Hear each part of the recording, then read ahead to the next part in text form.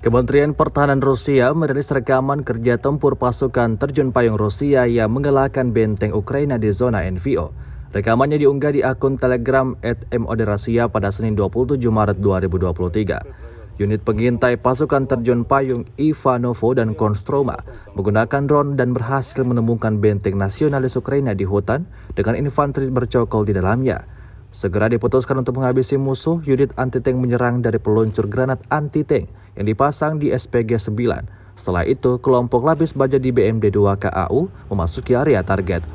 Prajurit mendekati musuh pada jarak minimum, menghancurkan militan yang tersisa dengan tembakan keras dari meriam 30 mm, seperti yang tampak dalam rekaman.